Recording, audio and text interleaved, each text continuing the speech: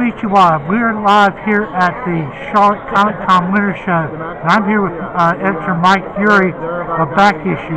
Mike, what's the latest issue that you've done? Well, the latest issue, let me grab it here, is issue 93. I can't believe issue 93. We're looking at 100 issues before long. The All Captains issue.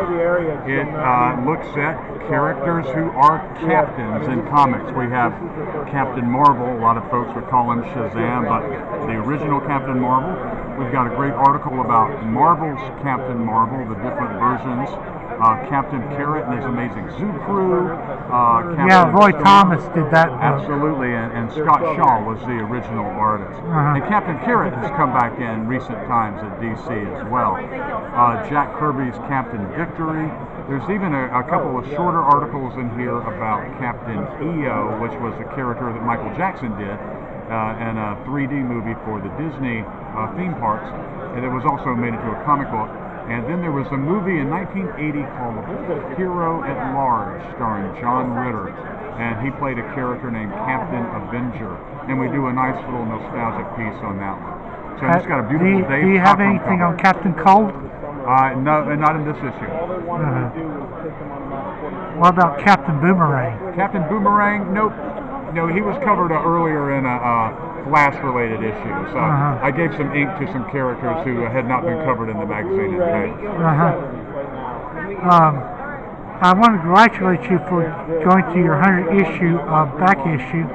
I know you've been working hard on that. Yeah, it'll be out, well, this time next September, September 2017, will be the 100th issue. It'll be 100 pages, and the theme for it is Bronze Age fandom and fanzines. So we really look back at a lot of the publications from Boom that Marvel did to Amazing World of DC Comics.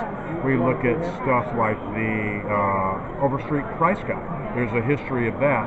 That'll have a lot of covers of the different price guides over the years. There is Alan Light wrote an article about the Comics Buyer's Guide, which for a lot of folks in the 70s and 80s, that was the Bible. That's where you not only bought comics for your back issue collection, but you also learned of news. Yeah, I used to subscribe to the CBG back in the 80s because of the news of finding out what conventions were going on. But yeah, again, you say that was where we all went, mostly for news and also to buy comics from each other, because comic conventions like this, they were around, but there weren't a whole lot of them.